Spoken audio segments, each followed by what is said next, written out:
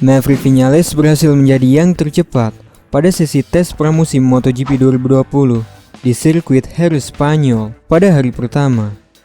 Pembalap monster energi Yamaha itu mencatatkan waktu 1 menit 32,137 detik, disusul oleh El Diablo di tempat kedua dengan selisih waktu 0,754 detik.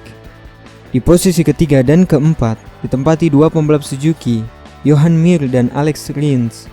Di posisi kelima ditempati oleh pembalap Petronas Yamaha SRT, Franco Morbidelli, disusul oleh Marc Marquez di tempat keenam dengan selisih waktu 1,096 detik dari Viñales. Inilah 10 besar hasil tes pramusim Jerez Spanyol.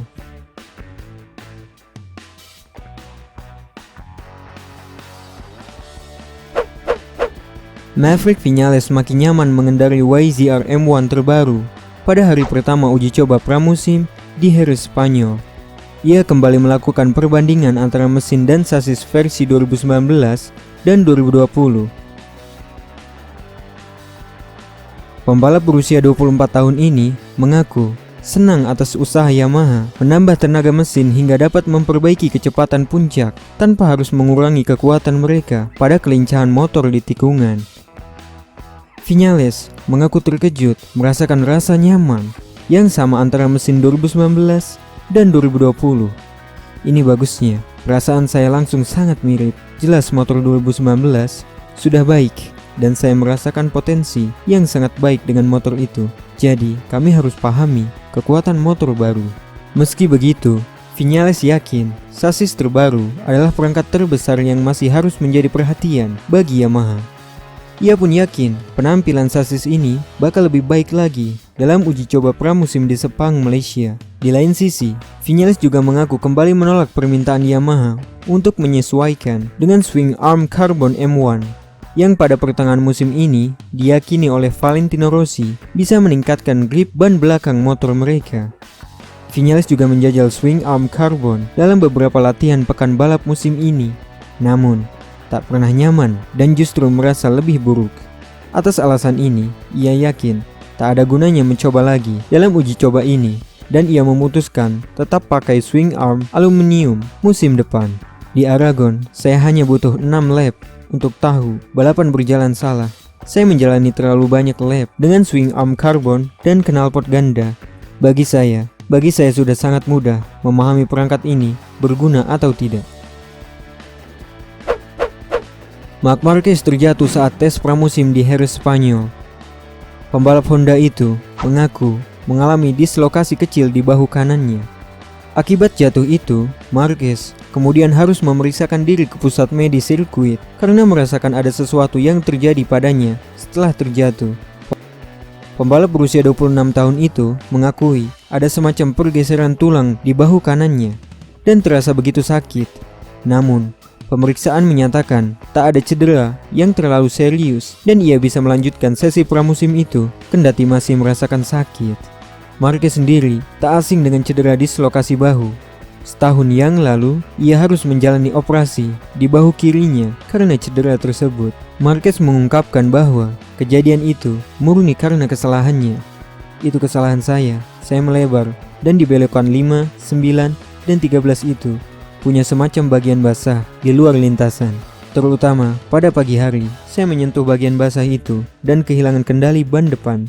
Saya jatuh dengan kecepatan sangat lambat, tapi terhempas ke tanah dengan posisi yang tidak bagus.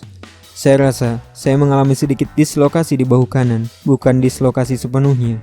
Ini bahu yang baik-baik saja. Marquez menuntaskan hari pertama tes di posisi ke-6. Catatan waktu terbaiknya berselisih 1,09 detik dari Maverick Viñales yang menjadi pembalap tercepat.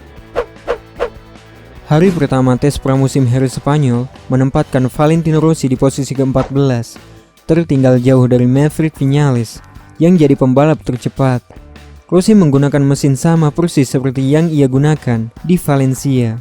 Sama seperti sebelumnya, pembalap gaek itu mengatakan versi awal Yamaha M1 2020 butuh banyak pengembangan.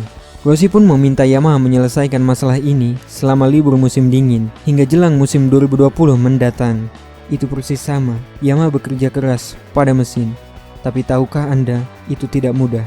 Anda perlu waktu karena perbedaannya cukup besar.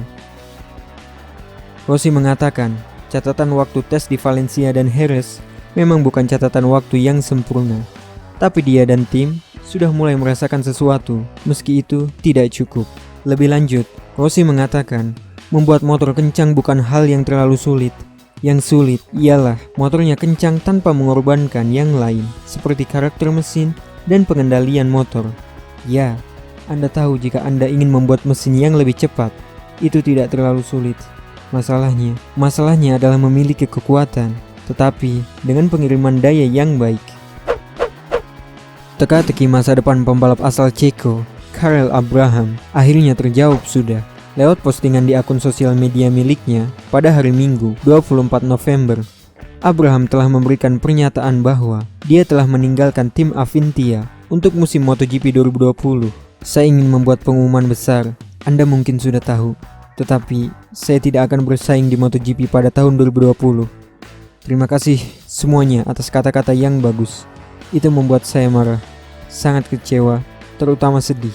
Pembalap dengan usia 29 tahun itu sempat mengambil bagian dalam tes pramusim MotoGP di Valencia. Setelah itu, dia telah diputus kontrak oleh tim Avintia. Padahal, kontraknya baru akan habis setelah musim 2020. El Diablo Fabio Quartararo mengungkapkan bahwa dirinya memiliki mimpi yang sangat ingin diwujudkannya sejak kecil. Selain menjadi juara MotoGP, satu mimpi lain tersebut, yakni ingin membalap dan bersaing dengan Casey Stoner, mantan pembalap MotoGP yang menjadi idola sekaligus pelecut semangatnya untuk meraih hasil apik di MotoGP. Saya memiliki mimpi yang belum bisa terwujud, yakni membalap dan bersaing bersama Casey Stoner. Namun nampaknya mimpi tersebut akan sulit diwujudkan, lantaran Stoner sendiri lebih memilih untuk menyibukkan dirinya sendiri. Ia menikmati waktu bersama keluarganya usai pensiun di usia yang masih terhitung belia, yakni 27 tahun, dan di saat balapnya sedang menanjak.